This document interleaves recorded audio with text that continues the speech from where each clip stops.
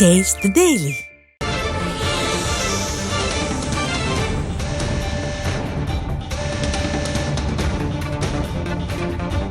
தமிழ்நாட்டிற்கு புதிய தொழில் முதலீடுகளை ஈர்ப்பது தொடர்பாக அரசுமுறை பயணமாக ஸ்பெயின் நாட்டிற்கு முதலமைச்சர் சுற்றுப்பயணம் மேற்கொண்டார். இந்நிலையில் இது தொடர்பாக நாளை காலை 8 மணிக்கு சென்னை திரும்பும் முதலமைச்சர் மு.க.ஸ்டாலின் செய்தியாளர்களை சந்தித்து விளக்கம் அளிக்க இருக்கிறார்.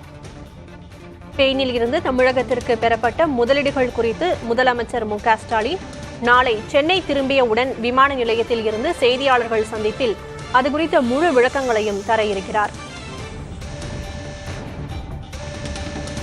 விவரங்களை வழங்குவதற்காக செய்தியாளர் ரமேஷ் இணைந்திருக்கிறார். ரமேஷ், விவரங்களை சொல்லுங்கள்.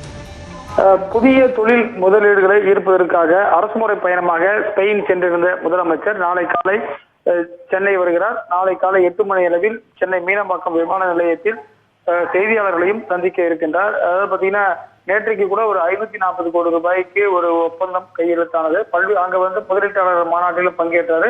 அதே போல பாத்தீங்கன்னா கலாச்சார விழாவிலும் முதலமைச்சர் பங்கேற்றிருந்தார். இந்த முதலமைச்சருடைய அரசுமுறை பயணத்தில் தமிழகத்தின் தொழில்துறை அமைச்சர் டிஆர்பி ராஜா, அதே போல கைடன்ஸ் பியூரோ நிறுவனத்துடைய மேலாண் இயக்குனர் விஷ்ணு ஐஏஎஸ் உள்ளிட்டோர்லாம் போயிருந்தாங்க.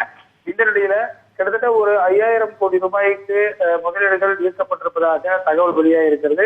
இது எந்தெந்த நிறுவனங்கள் என்பது குறித்து முதலமைச்சர் செய்தியாளர்களை சந்திக்கிறார். கடந்த முறை ஜப்பான் போயிட்டு வரும்போதும் என்னென்ன நிறுவனங்கள்லாம் எம்ஓயு சைன் ஆச்சு அப்படின்றத சொல்லியிருந்தாரு.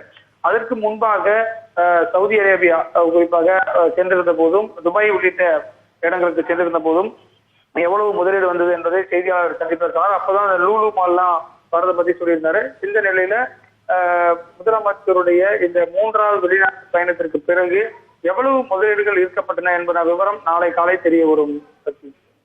விவரங்களுக்கு நன்றி ரமேஷ்.